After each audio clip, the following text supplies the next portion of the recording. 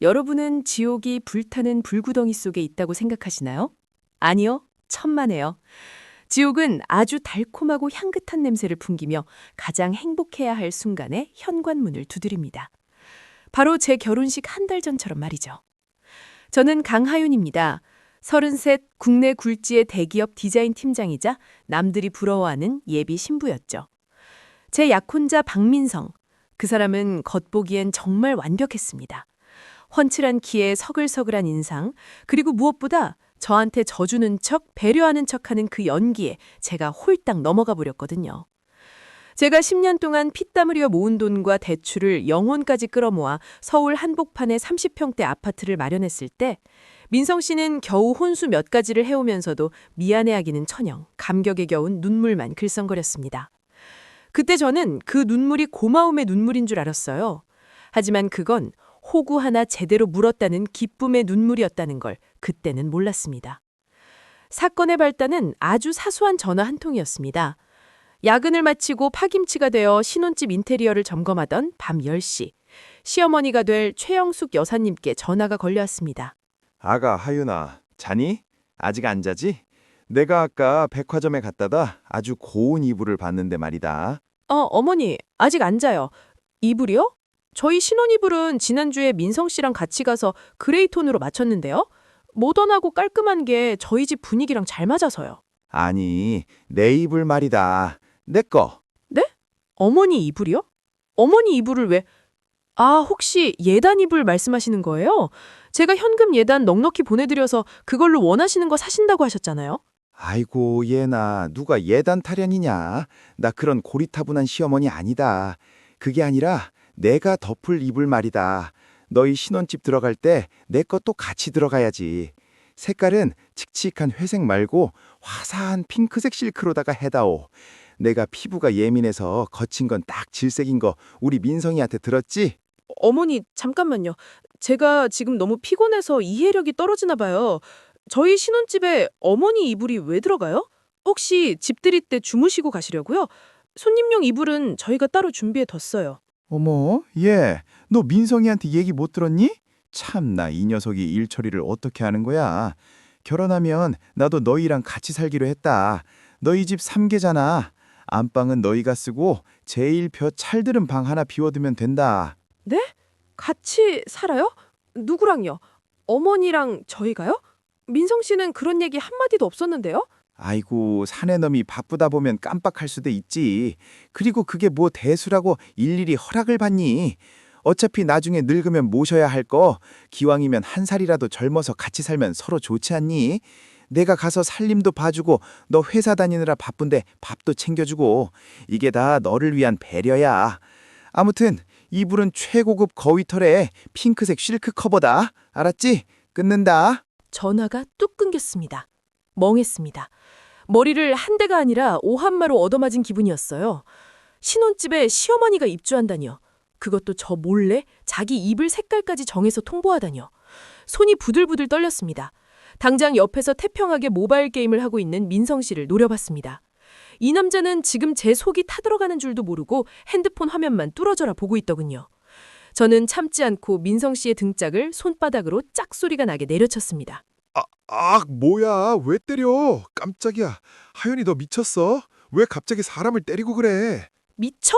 지금 누가 미쳤는데? 너 이리 와. 당장 핸드폰 끄고 내 눈 똑바로 봐. 방금 어머니랑 통화했어. 어머니가 우리 신혼집에 들어오신다는데 너 알고 있었어? 아, 엄마가 벌써 전화했어? 아니, 나는 타이밍 봐서 천천히 얘기하려고 했지. 왜 벌써 전화를 하셔서 사람 곤란하게 만드신데? 곤란? 곤란이라고 했니? 이게 곤란 정도로 끝날 문제야? 우리가 언제 합가하기로 합의했어? 이 집 내 돈 80% 들어간 집이야. 내 명의로 대출받고 내가 10년 적금 깨서 산 집이라고. 근데 왜 네 마음대로, 아니 어머니 마음대로 들어와서 사신다는 거야? 야, 강하연, 너 말이 좀 심하다. 네 돈 들어간 건 알겠는데 그렇다고 우리 엄마를 남 취급하냐? 우리 엄마 혼자 계시잖아. 나 장가 가고 나면 그 넓은 집에 혼자 덩그러니 남으실 텐데 안쓰럽지도 않아? 그리고 엄마가 공짜로 산대.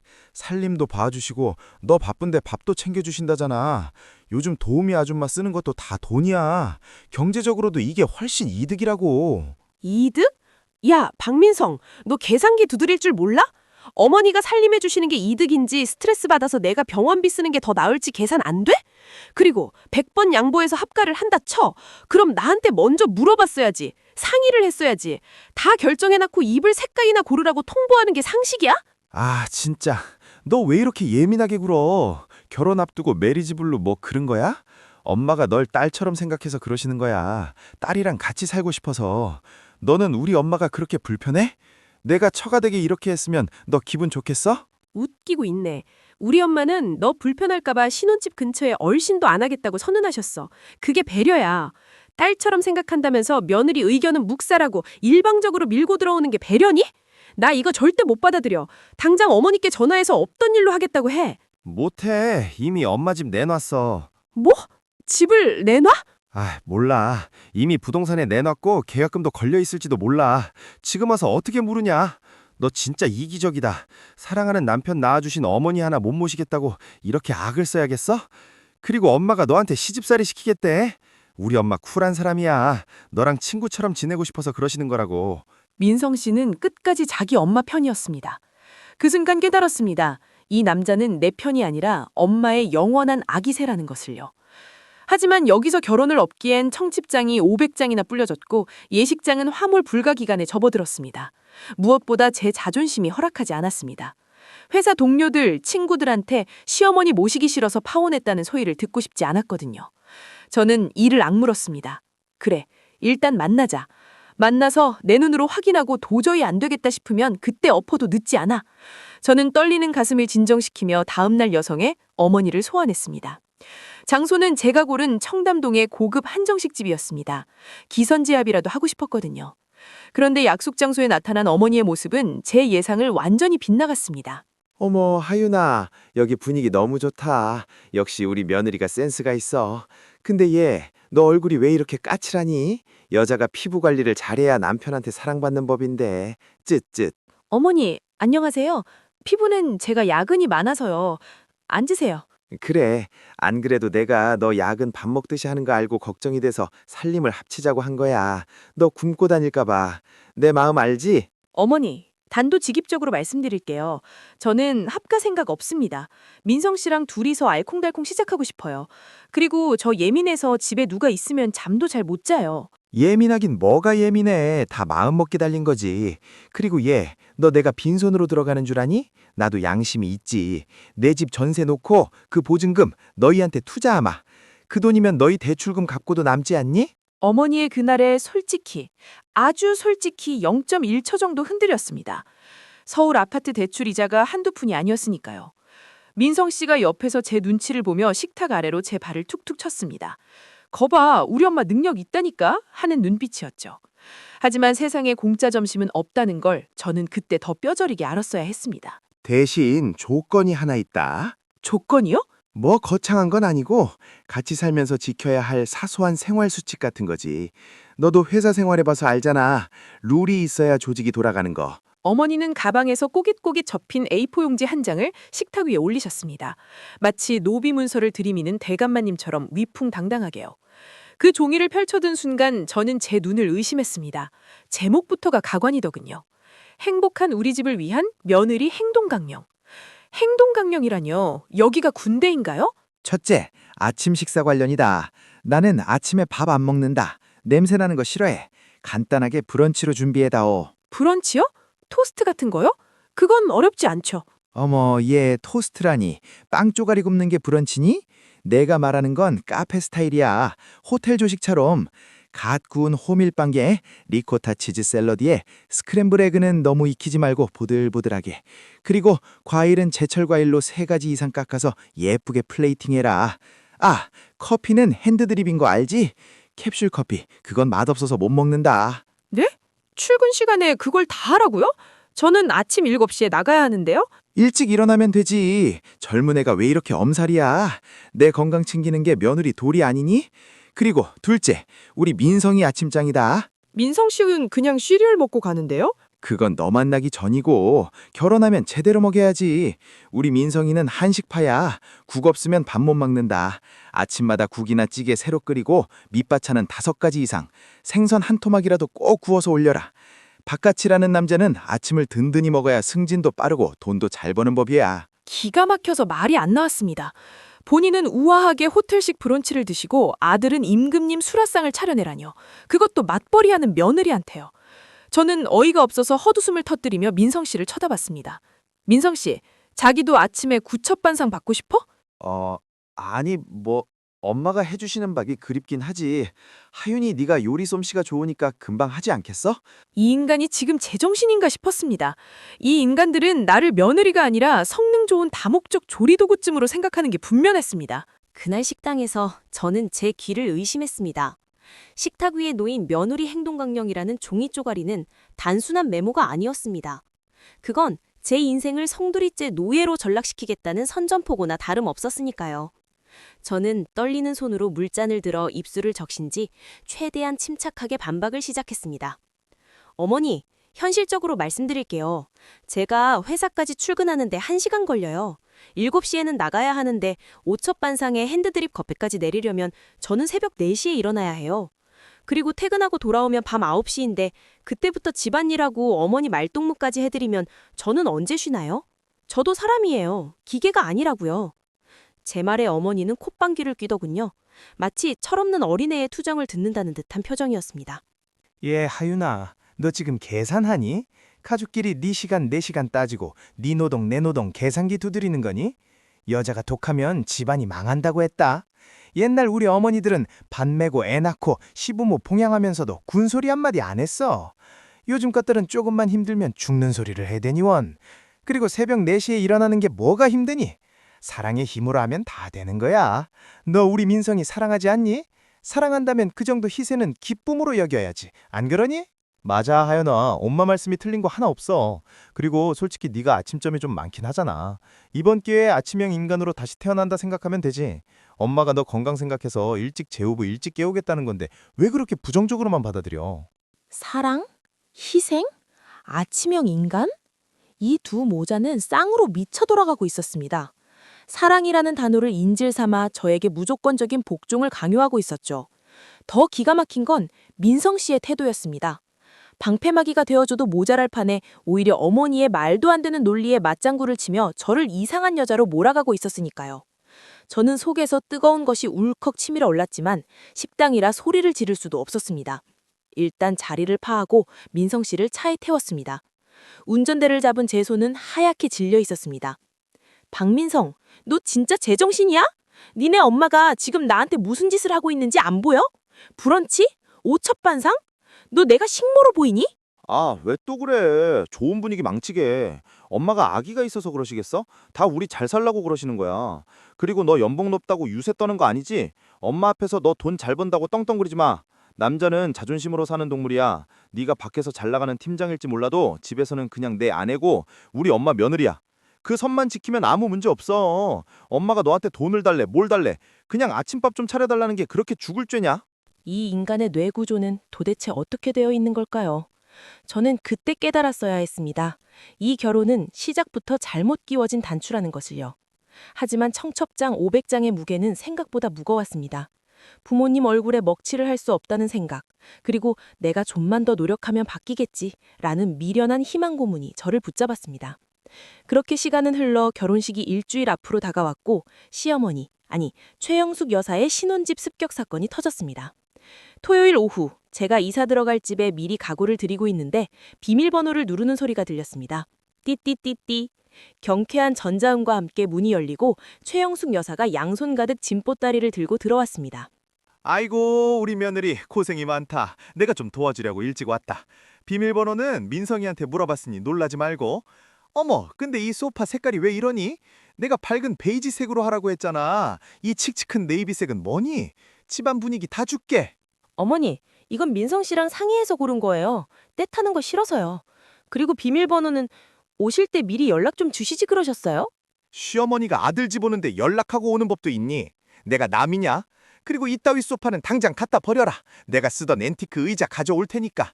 아, 그리고 저기 작은 방 말이다. 내가 옷이 좀 많아서 그러는데 저 방에 있는 네 책상이며 책장 다 치워라. 내 드레스룸으로 써야겠다. 네? 저 방은 제 서재예요. 제가 집에서 잔업할 때도 많고 디자인 작업하려면 공간이 필요하다고요. 여자가 집에서 무슨 일을 하니? 회사 일은 회사에서 끝내고 와야지. 집구석에 일거리를 싸들고 오는 건 무능하다는 증거야. 그리고 시어머니 옷 넣을 공간도 없으면서 네 책 놓을 자리는 있니? 너 참 이기적이다. 늙은 시어머니가 짐 싸들고 불어오는데 방 한 칸 내주는 게 그렇게 아깝니? 어머니는 막무가내였습니다. 제가 아끼는 디자인 서적들과 맥북이 놓인 책상을 발로 툭툭 차며 이런 거 다 쓰레기라고 비하하셨죠. 그 순간 제 이성의 끈이 툭 끊어질 뻔했습니다. 하지만 저는 꾹 참았습니다. 민성 씨가 뒤늦게 들어와 상황을 수습하려 했지만 역시나 불에 기름을 붓는 격이었습니다. 하연아, 그냥 엄마 하자는 대로 해드려. 엄마 옷 진짜 많아. 안 입는 거 버리라고 해도 절대 안 버리시잖아. 네 책상은 안방 베란다에 놓으면 되잖아. 뷰도 좋고 딱이네 뭐. 안방 베란다요? 한겨울에 패딩 입고 떨면서 일하라는 건가요? 이 사람들은 저를 가족으로 받아들일 생각이 눈꼽만큼도 없었습니다. 그저 자신들의 편의를 위해 존재하는 부속품, 딱 그 정도 취급이었죠. 저는 심호흡을 크게 하고 어머니를 똑바로 쳐다봤습니다. 어머니, 서재는 양보 못해요. 그리고 소파도 못 버려요. 정 마음에 안 드시면 어머니 방에 어머니가 원하시는 가구 들이세요. 거실이랑 제 공간은 제가 알아서 합니다. 뭐? 너 지금 시어머니 말에 토다는 거니? 눈 동그랗게 뜨고 대드는 것 좀 봐라. 어머머, 무서워서 살겠니? 민성아, 너 봤지? 얘가 나 무시하는 거 봤지? 내가 이래서 며느리 들이면 찬밥 신세 된다고 한 거야. 며느리가 상전이지 상전이야. 어머니는 갑자기 바닥에 주저앉아 아이고 아이고 고글하기 시작했습니다. 가슴을 치며 통곡하는 연기는 여우주연상감이었죠. 민성 씨는 안절부절하면서 저에게 닥달했습니다. 야, 빨리 엄마한테 잘못했다고 해. 너 때문에 엄마 혈압 오르잖아. 저는 그 아수라장 속에서 차라리 귀를 막고 싶었습니다. 이게 신혼집인가요? 아니면 정신병동인가요? 그날 밤 저는 뜬 눈으로 밤을 지샜습니다. 이 결혼 정말 해야 되는 걸까? 아니, 해야만 하는 걸까? 하지만 이미 청첩장은 다 돌렸고 내일 모레면 식장에 들어가야 합니다. 부모님은 우리 딸 드디어 시집간다 하며 동네 잔치를 벌이고 계시는데 이제 와서 시어머니가 미친 사람이라 못하겠어요 라고 말할 용기가 나지 않았습니다. 그래서 저는 비겁하게도 현실을 외면하는 쪽을 택했습니다. 같이 살다 보면 정이 들겠지. 내가 잘하면 어머니도 변하시겠지. 라는 세상에서 제일 멍청한 착각을 하면서요. 하지만 그 착각의 대가는 너무 혹독했습니다. 결혼식이 끝나고 신혼여행에서 돌아오자마자 진짜 지옥의 문이 활짝 열렸습니다. 신혼여행에서 돌아온 날 현관문을 열자마자 진동하는 청국장 냄새와 함께 어머니의 날카로운 목소리가 우리를 반겼습니다. 아이고, 이제 오니? 나는 며칠 동안 너희 기다리느라고 목 빠진 줄 알았다. 여행 가서 맛있는 거 많이 먹고 놀았으니 이제 밥값은 해야지. 하윤아, 당장 옷 갈아입고 부엌으로 와라. 내일 민성이 출근하는데 밑반찬이 하나도 없어서 되겠니? 내가 장 봐놨으니까 오늘 밤새 와서라도 김치랑 장아찌 좀 담가라. 밤 11시였습니다. 비행기를 10시간 타고 와서 녹초가 된 사람에게 오자마자 김치를 담그라니요. 캐리어도 풀지 못한 채 멍하니 서 있는 저에게 어머니는 앞치마를 휙 던지셨습니다. 마치 투우사가 소에게 빨간 천을 흔들듯 그 꽃무늬 앞치마는 저를 향한 도발이었습니다. 하연아, 피곤해. 내일 하면 안다. 우리 씻고 좀 자자. 넌 들어가서 자고. 남자가 부엌일 참견하는 거 아니야. 얘는 며느리잖아. 집안의 기둥인 남편 먹일 반찬 만드는 게 피곤하다고 안 할 일이니? 너는 썩 들어가. 하윤아, 너 뭐하니? 안 튀어오고. 민성 씨는 미안하다는 눈빛을 찔끔 보내고는 도망치듯 안방문으로 사라졌습니다. 닫히는 안방문 소리가 제 심장이 다치는 소리처럼 들렸습니다. 저는 부엌 식탁에 산처럼 쌓인 배추와 물을 바라보며 생각했습니다. 아, 나는 결혼을 한 게 아니라 식모로 팔려왔구나. 그것도 돈을 내고 제 발로 기어들어온 아주 비싼 노예로구나. 그때 제 안에서 무언가 툭 하고 끊어지는 소리가 들렸습니다.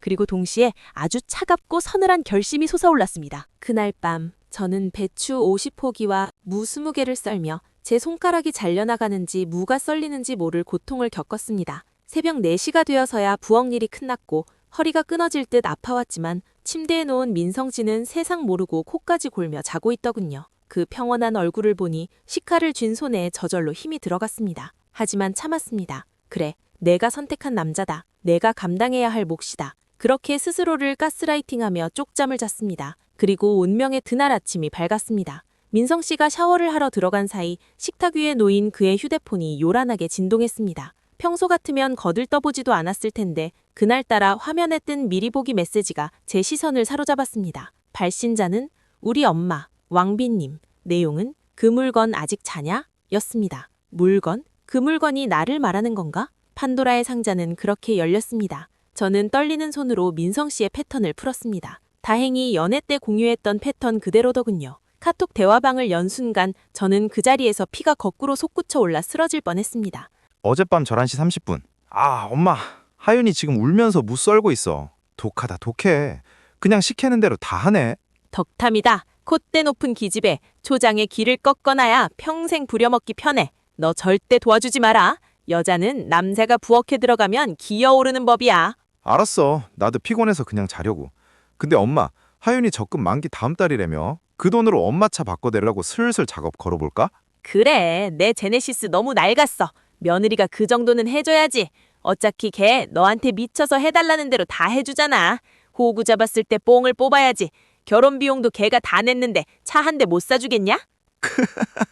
당연하지. 내가 오늘 밤에 마사지 좀 해주면서 살살 꼬셔볼게. 하윤이는 나한테 꼼짝 못하니까. 엄마는 그냥 옆에서 바람만 좀 잡아줘. 사랑꾼 연기하는 거 나도 좀 지치긴 하는데 로또 당첨됐다 생각하고 참아야지 뭐. 로또?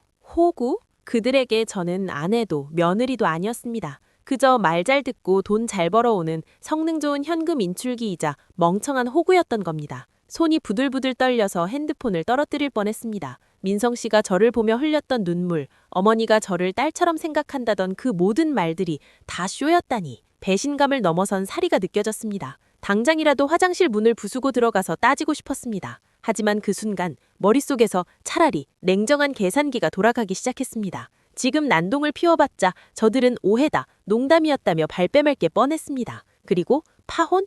이혼? 그래봤자 제 손해였습니다.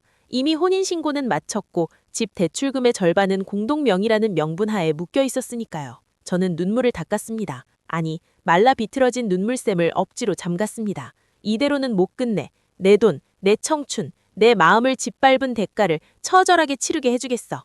눈에는 눈, 이에는 이. 미친 개 한 내는 몽둥이가 약이라지만 더 미친 괴가 되어서 물어뜯어주는 게 진짜 복수라는 걸 보여주기로 결심했습니다. 샤워기 물소리가 멈췄습니다. 저는 재빨리 핸드폰을 원래대로 놓고 식탁에 앉아 세상에서 가장 온화한 미소를 연습했습니다. 어휴, 개운하다. 하윤아, 일어났어? 어제 많이 힘들었지. 내가 도와줘야 했는데 너무 피곤해서. 미안해, 자기야. 아니야, 민성 씨. 자기가 피곤한데 무슨 일을 해. 남자는 바깥일 하느라 힘든데 집안일까지 하면 쓰나? 어제 어머니 말씀이 다 맞더라. 내가 생각이 짧았어. 진짜? 하윤이 너 화난 거 아니었어? 화는 무슨. 어머니가 다 우리 잘 살라고 가르쳐 주신 건데 나 이제부터 진짜 현모양처 돼보려고. 당신 내조 확실하게 해서 기 살려줄게. 기대해. 민성 씨의 눈이 휘둥그레졌습니다. 예상치 못한 반응에 당황한 기색이 역력했죠. 하지만 이내 역시 내 매력에 빠졌구나 하는 멍청한 안도감이 얼굴에 번졌습니다. 저는 속으로 비웃으며 부엌으로 향했습니다. 그리고 보란듯이 냉장고를 털어 어머니가 노래를 부르던 그 브런치를 준비했습니다. 리코타 치즈 샐러드, 스크램블 에그, 그리고 간 내린 핸디드립 커피까지. 잠시 후 방문을 열고 나온 어머니는 식탁을 보고 입을 다물지 못했습니다. 어머 얘, 이게 다 뭐니? 오늘 무슨 날이니? 어머니 일어나셨어요? 브런치 드시고 싶다면서요. 제가 새벽에 일어나서 준비했어요. 입맛에 맞을지 모르겠네요. 어서 앉으세요. 이게 웬일이니? 어제까지만 해도 잡아먹을 듯이 굴더니 하루아침에 사람이 변했네. 혹시 뭐 잘못 먹었니? 에이, 어머니도 참. 제가 곰곰이 생각해보니까 어머니 말씀이 100번 옳더라고요. 며느리가 시어머니 모시고 사는 게 당연한 도리인데 제가 철이 없어서 투정을 부렸어요. 용서해주세요, 어머니. 앞으로 제가 진짜 딸처럼 잘할게요. 오호라, 그래? 이제야 말이 좀 통하네. 그래, 사람이 배워야 변하는 법이지. 어디 맛 좀 볼까? 샐러드 소스가 좀 시다만 처음 치곤 나쁘지 않구나. 민성이 국 끓였니? 네, 물론이죠. 소고기 묵국에 조기 9마리 구웠어요. 민성씨, 어서 와서 밥 먹어. 당신 좋아하는 국이야. 두 사람은 여전히 얼떨떨한 표정이었지만 이내 자기들 세상이 온 것처럼 신이 나서 숟가락을 들었습니다. 민성 씨는 국물을 후루룩 마시며 엄지를 치켜샜고 어머니는 우아한 척 포크질을 해대며 저를 하녀 부리듯 이것저것 주문했습니다. 물 좀 더 가져와라. 커피가 식었다. 등등등. 저는 군말 없이 그 모든 요구를 들어줬습니다. 네, 마음껏 즐기세요. 그게 당신들의 마지막 만찬일 테니까요. 밥을 다 먹고 나자 어머니는 기다렸다는 듯이 본색을 드러냈습니다. 하윤아, 밥들 잘 얻어먹었으니 하는 말인데 내가 너희 집에 들어오면서 내 집 전세 줬다고 했잖니? 그 보증금 말이다. 내가 잠깐 급하게 융통할 때가 있어서 좀 썼다. 네? 보증금을 쓰셨다고요? 그거 저희 대출금 갚기로 한 돈 아니었어요? 아이고, 갚으면 되잖아. 누가 떼먹는데. 친구가 급하게 사업 자금이 필요하다고 이자 쳐서 받기로 하고 빌려줬어. 3개월만 있으면 원금에 이자까지 두둑하게 챙겨서 줄 테니까 걱정 마라. 당장 대출 이자가 급한 것도 아니잖니? 뻔한 거짓말이었습니다. 민성 씨와의 카톡 내용을 보면 아마 그 돈으로 빚을 갚았거나 자기들 사치 부리는 데 썼겠죠. 아니면 아예 처음부터 줄 생각이 없었거나요. 예전 같으면 따졌겠지만 저는 놀란 척하며 안도하는 연기를 했습니다.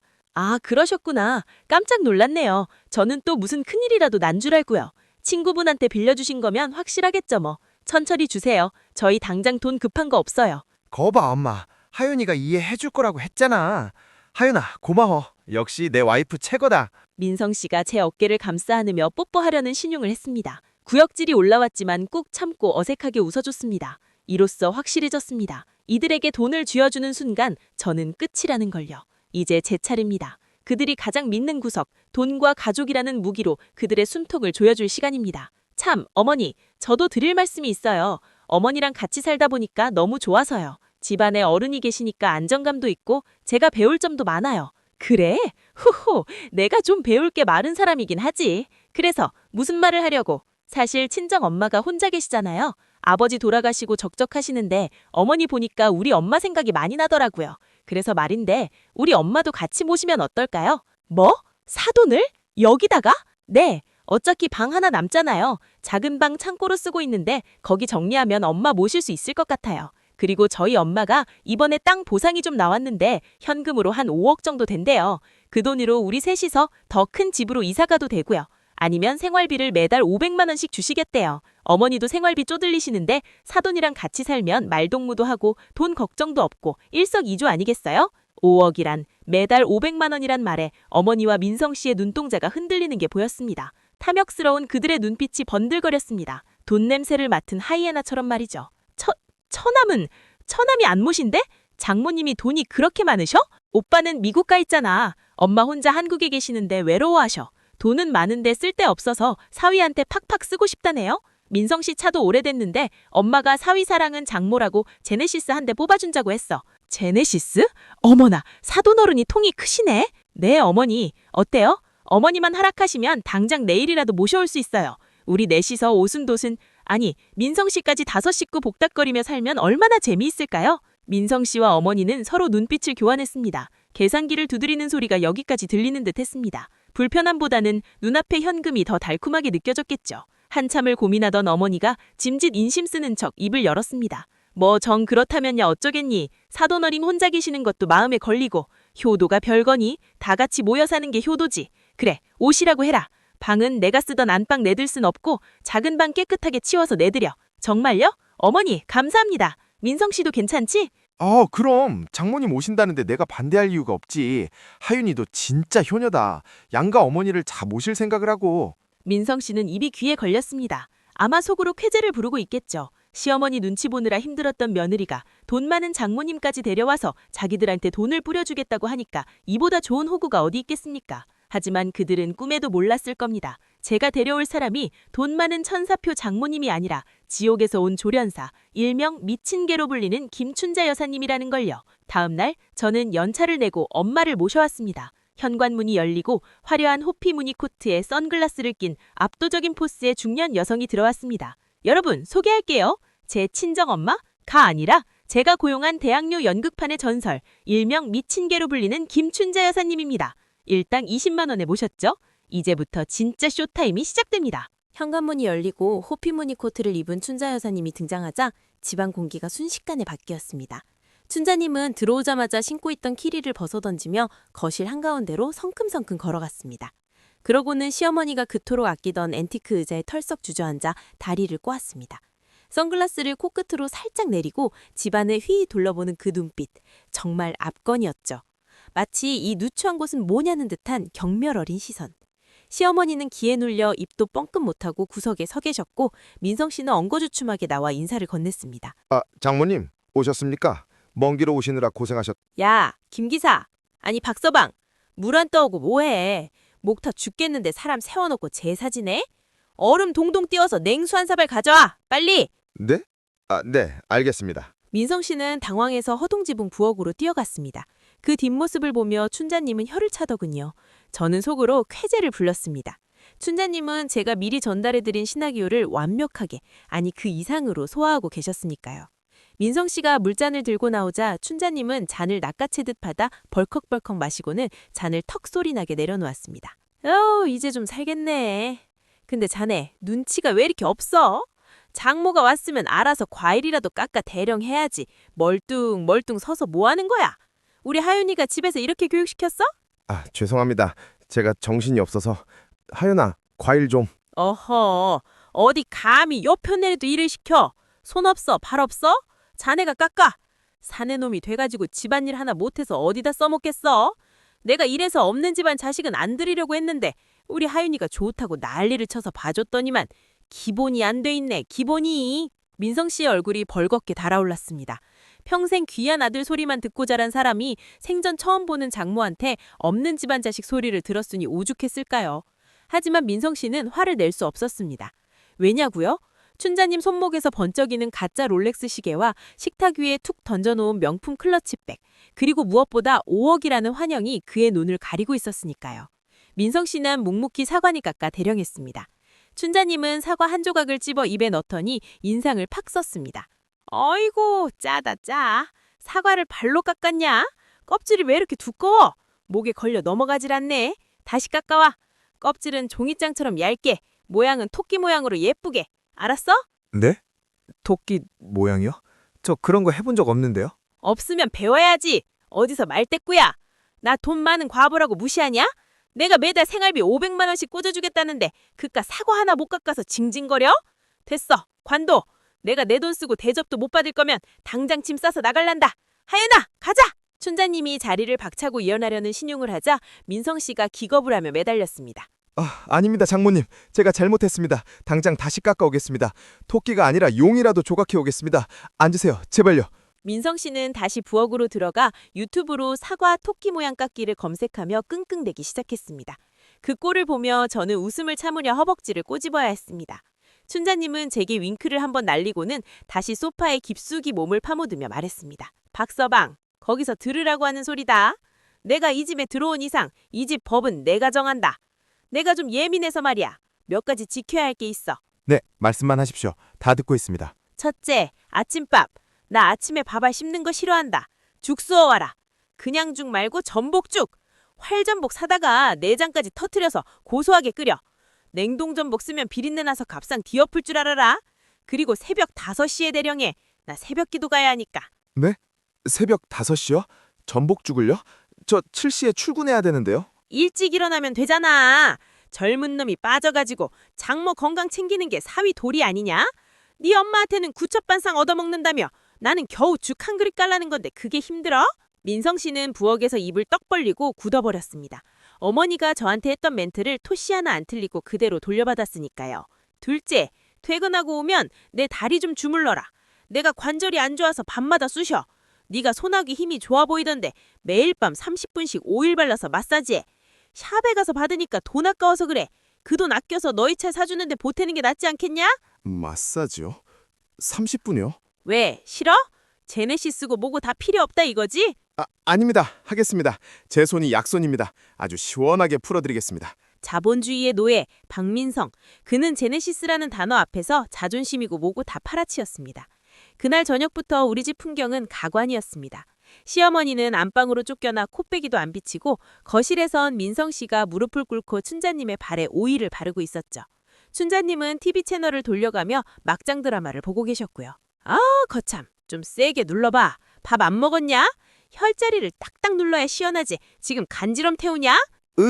장모님, 제가 지금 최선을 다하고 있는 건데요. 손가락에 쥐가 날 것 같습니다. 엄살은. 야 하윤아. 너 남편 보양식 좀 해먹여라. 비실비실해서 어디다 쓰겠니? 쯧쯧. 저는 옆에서 과일을 보면서 구경만 했습니다. 민성 씨가 애처로운 눈빛으로 저를 쳐다봤지만 저는 어깨를 으쓱해 보였습니다. 자기야, 좀만 참어. 엄마가 차 사준다잖아. 자기가 효도해야지. 그렇게 며칠이 지났습니다. 민성 씨의 얼굴은 점점 퀭해져 갔습니다. 새벽 4시에 일어나 전복을 손절하고 퇴근하면 밤마다 마사지사가 되어야 했으니까요. 시어머니도 죽을 맛이었을 겁니다. 춘자님이 시어머니를 투명인간 취급하거나 가끔 마주치면 어이 사돈 밥값은 해야지 청소기 좀 돌려 라며 하냐 취급을 했거든요. 그러던 어느 날 결정적인 사건이 터졌습니다. 주말 아침 민성 씨가 늦잠을 자는 바람에 전복죽 타이밍을 놓친 겁니다. 춘자님은 대노하여 민성 씨가 자고 있는 방문을 발로 차고 들어갔습니다. 야, 해가 중천에 떴는데 아직도 처자고 있어? 내가 배고프다고 했지? 굶어 죽으라는 거야 뭐야? 아, 깜짝이야. 장모님, 지금 몇 시예요? 아, 오늘 주말이잖아요. 좀 쉬게 해주세요, 제발요. 주말? 밥 먹는 배는 주말에 쉬냐? 어디서 건방지게 따박따박 말대꾸야. 너 당장 일어나서 꿇어앉아. 정신 상태가 글러먹었어. 아니, 진짜 못해 먹겠네. 아니, 장모님, 제가 장모님 종입니까? 왜 저한테만 이러세요? 하윤이도 있잖아요. 하윤이 시키면 되잖아요. 뭐라고? 하윤이? 야, 이 썩을 놈아. 내 귀한 딸 손에 물 한 방울 안 묻히려고 내가 그 고생해서 키워놨더니 뭐라고? 하윤이를 시켜? 네가 감히 우리 집 상전인 하윤이를 부려먹으려고? 네 정신이야? 춘자님은 손에 들고 있던 등효자 손으로 민성 씨의 등짝을 후려갈겼습니다. 짝 소리가 얼마나 찰진지 듣는 제가 다 시원해더군요. 아, 아파요. 왜 때리세요? 맞을 짓을 했으니까 때리지. 네가 날 우습게 보이지? 내가 땡전 한 푼 없는 노인네였으면 네가 나를 이렇게 홀 때 있겠냐? 돈 준다고 하니까 억지로 하는 척하다가 이제 본색 드러내는 거지? 네 같은 놈한테는 10원 한 잔 아깝다. 내 딸 고생시키는 꼴 더는 못 봐. 당장 내 집에서 나가! 네? 나가라니요. 여기 제 집입니다. 제 명의도 들어가 있다고요. 시끄러. 이 집 대출금 누가 갚고 있는데 우리 하윤이가 뼈 빠지게 벌어서 갚고 있잖아. 너는 숟가락만 얹어놓고 주인 행세냐? 그리고 내가 5억 준다고 했을 때 좋다고 해벌쭉 하더니 이제 와서 딴소리야? 억울하면 5억 내놓던가. 민성 씨는 억울해서 얼굴이 울그락불그락했지만 5억이라는 말에 다시 입을 다물었습니다. 그때 방문 틈으로 이 상황을 지켜보던 시어머니가 참지 못하고 튀어나왔습니다. 자기 아들 맞는 꼴을 보니 눈이 뒤집힌 거죠. 아니, 사돈, 이게 무슨 짓입니까? 남의 귀한 아들을 왜 때려요? 아무리 돈이 많다 그렇지 사람을 개 취급해도 유분지수지. 어머, 이제 나오셨고 숨어서 구경만 하길래 벙어린 줄 알았네. 귀한 아들? 내 눈에는 그냥 덜 떨어진 머슴으로밖에 안 보이는데. 그리고 사돈이 며느리한테 한 짓 생각 안 나요? 뭘요? 내가 뭘 어쨌다고? 브런치? 구첩반상? 며느리 잡을 때는 신나서 날뛰어더니 내 사위 잡으니까 가슴이 아프신가 보봐. 내로남불도 정도껏 하셔야지. 사돈 아들이 귀하면 내 딸도 귀한 법이에요. 어디서 시어머니 유세를 떨어? 춘자님의 사자 후에 시어머니는 꿀먹은 벙어리가 되었습니다. 얼굴이 홍당무처럼 빨개져서 씩씩거리기만 할 뿐 반박을 못하더라고요. 민성 씨는 그 사이에서 이러지도 저러지도 못하고 발만 동동 구르고 있었습니다. 이 난장판을 지켜보면서 저는 조용히 미소 지었습니다. 이제 무대는 완벽하게 세팅되었습니다. 민성 씨의 멘털은 너덜너덜해졌고 시어머니의 위세는 바닥에 떨어졌습니다. 이제 마지막 결정타를 날릴 시간입니다. 집안은 그야말로 폭풍 전야의 고요함, 아니 폭풍 한가운데였습니다. 시어머니 영숙 씨는 얼굴이 불그락부르락해서 소파 구석에 앉아 있었고 민성 씨는 씩씩거리며 짐을 싸는 신용을 하고 있었죠. 저를 협박하려는 의도가 다분했습니다. 너가 날 안 말리면 진짜 나갈 거야 라는 유치한 시위였죠. 하지만 저는 말리기는커녕 팔짱을 끼고 그 꼴을 구경했습니다. 춘자님은 방에 들어가서 휴식을 취하고 계셨고요. 민성 씨가 캐리어에 속옷 몇 장을 던져 넣었다가 저를 째려보며 소리쳤습니다. 야, 강하일은 너 진짜 이럴 거야? 장모님 당장 내보내. 안 그러면 나 진짜 나가. 이혼이라고. 그래, 하윤아, 이건 아니지 않니? 아무리 돈이 좋아도 그렇지 어떻게 사위를 종부리듯 하니? 네 남편이 밖에서 얼마나 고생하는지 알면서 집에서까지 이러면 안 되지. 내가 내 아들 불쌍해서 못 보겠다. 당장 사돈 내보내라. 안 그러면 우리 민성이 데리고 나갈 거다. 두 모자가 쌍으로 협박을 하시네요. 그런데 어떠죠? 하나도 안 무서워서. 민성 씨, 나가고 싶으면 나가. 안 말려. 대신 나갈 때 빈손으로 나가야 할 거야. 이 집 내 명의로 된 거 알지? 대출금, 이자, 관리비, 생활비 전부 내 통장에서 나가는 것도 알 테고. 당신이 가져온 혼수? 저기 있는 32인치 TV랑 냄비 세트? 그거 다 챙겨가. 아, 쓴 기간만큼 감가상각 계산해서 청구할 테니까 각오하고. 뭐? 야, 부부가 네 거 내 거가 어딨어. 그리고 이혼하면 재산분할 반반이야. 내가 법을 모르는 줄 알아? 재산분할? 혼인기간이 1년도 안 되는데 무슨 재산분할이야? 그리고 귀책 사유가 누구한테 있는데? 너 내가 모를 줄 알았니? 네 핸드폰, 그리고 어머니랑 나는 그 더러운 카톡들. 내가 다 캡처해서 변호사한테 넘겼어. 저는 리모컨을 들어 거실에 65인치 TV를 켰습니다. 미리 연결해둔 제 핸드폰 화면이 커다랗게 미러링되어 나타났습니다. 화면 가득 민성 씨와 시어머니가 나눈 카톡 대화가 떠올랐습니다. 호구 잡았다. 기 좀 꺾어놔라. 돈 뜯어내서 차 바꾸자. 그 적나라한 텍스트들이 4K 화질로 선명하게 박제되는 순간 민성 씨와 시어머니의 얼굴이 사색이 되었습니다. 이게 뭐야? 너 내 핸드폰 훔쳐봤어? 이거 불법이야. 사생활 침해라고. 불법? 사기 결혼이 더 큰 범죄 아닐까? 너희 모자 처음부터 작정하고 나한테 접근했잖아. 사랑? 가족? 웃기지 마. 너희한테 나는 그냥 걸어다니는 지갑이었잖아. 내가 너희 엄마한테 브런치 차려다 바치고 네 구첩 반상 차릴 때 뒤에서 낄낄거리고 비웃었지? 쌤통이라고? 어디 지금도 쌤통인지 한번 지져봐. 아니야, 하윤아. 오해다. 우리는 그냥 농담으로. 그래, 농담한 거야. 모자지간에 짓궂은 농담도 못하니? 너 왜 이렇게 속이 좁아? 농담이요? 그럼 저도 농담 하나 할까요? 우리 엄마, 아니 저 방에 계신 김춘자 여사님, 사실 우리 엄마 아니에요. 뭐? 엄마가 아니라고? 그게 무슨 소리야? 장모님이 아니면 누군데? 여사님, 이제 나오셔도 돼요. 방문이 벌컥 열리고 춘자님이 걸어 나왔습니다. 그런데 모습이 좀 달랐습니다. 트레이드마크였던 뽀글이 가발을 벗고 선글라스도 벗은 채 아주 말끔한 커트머리로 나타나셨거든요. 손에는 대본 뭉치가 들려 있었습니다. 춘자님은 벙찐 두 사람을 보며 씩 웃었습니다. 아이고, 컷. 아우, 연기가 너무 찰져서 내가 웃음 참느라 혼났네. 박서방, 아니 박씨 아저씨, 내 연기 어땠어? 아카데미 여우주연상감 아니야? 전복죽 끓이느라 고생 많았어. 덕분에 내 발 호강했네. 당신 누구야? 장모님 아니었어? 5억은? 제네시스는? 우억? 개뿔? 나 대학로에서 연극만 30년 한 배우 김춘자다. 일당 20만 원 받고 하윤희 씨 엄마 대행 알바 뛰러 왔다. 야 이놈아, 네 같은 놈한테 줄 5억 있으면 내가 내 노후 자금으로 쓰지 미쳤다고 너한테 주냐? 꿈 깨라 꿈 깨. 뭐야? 배우? 알바? 그럼 우리를 감쪽같이 속인 거야? 어머머 세상에, 사기꾼도 이런 사기꾼이 없네. 야 강하윤, 너 시어머니랑 남편을 상대로 사기극을 벌여? 네가 사람이야? 사기꾼? 먼저 시작한 게 누군데 적반하장이에요. 어머니가 저한테 그랬잖아요. 역지사지 좀 해보라고. 그래서 해드렸잖아요. 어머니가 며느리 부려먹는 건 당연하고 사위가 처가 사이하는 건 억울하세요? 당해보니까 어때요? 더럽고 치사하고 서럽죠? 그게 제가 느낀 감정이에요. 똑같이 느껴보시라고 제가 거울 치료 좀 해드렸는데 효과가 아주 직방이네요. 야, 그래도 이건 아니지. 사람을 가지고 놀아? 놀고 있네. 너야말로 내 인생 가지고 장난쳤잖아. 나에 대한 존중도 배려도 없이 그저 네 엄마 꼭두가지 노릇하면서 나 착취하려던 거. 그게 장난 아니면 뭐야. 더 이상 긴 말 안 할게. 당장 내 집에서 나가. 10분 준다. 10분 안에 안 나가면 경찰 부르고 주거침입으로 신고할 거야. 뭐? 나가? 내가 누군 줄 알고? 나 네 시어머니야. 내가 못 나갈 줄 알고? 여기서 한 발자국도 안 나갈 거다. 배째라! 어머니는 바닥에 대자로 드러누워 버둥거렸습니다. 하지만 저는 눈 하나 깜짝하지 않았습니다. 이미 현관문은 열어두었고 경비실에 호출도 해둔 상태였거든요. 춘자님, 마무리 부탁드려요. 오케이.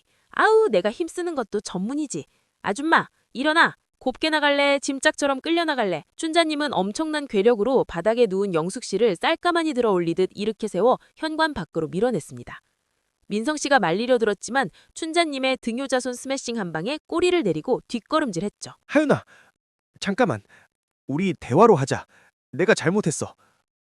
내가 엄마 잘 설득해서 분가할게. 응? 너 나 사랑하잖아. 우리 좋았던 때를 생각해봐. 사랑? 그딴 거 개나 줘버려. 그리고 착각하지 마. 나 너 사랑해서 결혼한 거 아니야. 그냥 적당한 시기에 적당한 사람인 줄 알고 한 거지. 근데 까보니 똥차도 이런 똥차가 없네. 폐차시키는 게 답이지. 꺼져. 내 인생에서 영원히. 저는 민성 씨의 면전에 소금 한 바가지를 팍 뿌렸습니다. 재수 온 붓기 전에 나가! 현관문 밖으로 쫓겨난 두 모자는 복도에서 문을 열어 고소할 거야 하며 고래고래 소리를 질렀지만 저는 보란듯이 도어락 비밀번호를 변경해버렸습니다. 띠리링! 경쾌한 소리가 함께 문이 잠기자 바깥의 소염은 차단되었고 집안에 완벽한 정적과 평화가 찾아왔습니다. 춘자님이 가발을 툭 털며 저에게 다가왔습니다. 아유, 속이 다 시원하네. 하연 씨, 괜찮아? 그래도 한때 남편이었는데. 네, 괜찮아요. 아니요, 사실 너무 좋아요. 10년 묵은 체증이 싹 내려가는 것 같아요. 선생님, 오늘 연기 정말 최고셨어요. 입금은 바로 해드릴게요. 보너스까지 넉넉히 넣었습니다. 어머, 고마워라. 다음에 또 이런 일 있으면 불러. 내가 시어머니 전문, 진상 손님 전문 다 되니까. 근데 하윤 씨, 앞으로 꽃길만 걸어. 저런 똥파리들 때문에 울기엔 하윤 씨가 너무 아깝다. 알지? 네, 알죠. 저 이제 진짜 제 인생 살 거예요. 브런치요? 이제 매일 아침 저를 위해 차려 먹을 거예요. 남이 시켜서 하는 노동이 아니라 나를 사랑하는 우아한 식사로요. 며칠 뒤 민성 씨에게서 이혼 소장이 날아왔지만 저는 콧방귀를 끼며 맞소송을 걸었습니다. 제가 가진 증거들이 너무나 명백해서 승소는 따오는 당상이었죠. 회사에는 이미 소문이 쫙 퍼졌습니다. 제가 퍼뜨린 게 아니라 그날 복도에서 쫓겨난 두 사람을 본 이웃 주민들이 입방아를 찌은 덕분이었죠. 민성 씨는 망신을 당해 회사에 휴직계를 냈다고 하더군요. 꼴 좋습니다. 저는 요즘 아주 행복합니다. 퇴근하고 집에 오면 저를 반기는 건 고소한 전복죽도 아니고 잔소리하는 시어머니도 아닙니다. 오직 나만의 고요하고 안락한 공간뿐이죠. 가끔 주말 아침은 저는 갓 구운 빵과 커피를 내려 혼자만의 브런치를 즐깁니다. 그리고 창밖을 보며 건배를 제의하죠. 나의 완벽한 싱글 라이프를 위하여. 여러분, 결혼은 현실입니다. 하지만 그 현실이 지옥이라면 탈출구는 언제나 여러분 손에 있다는 걸 잊지 마세요. 부디 제 이야기가 고구마 먹은 여러분의 속을 뻥 뚫어주는 사이다가 되었기를 바랍니다. 지금까지 강하윤이었습니다. 들어주셔서 감사합니다.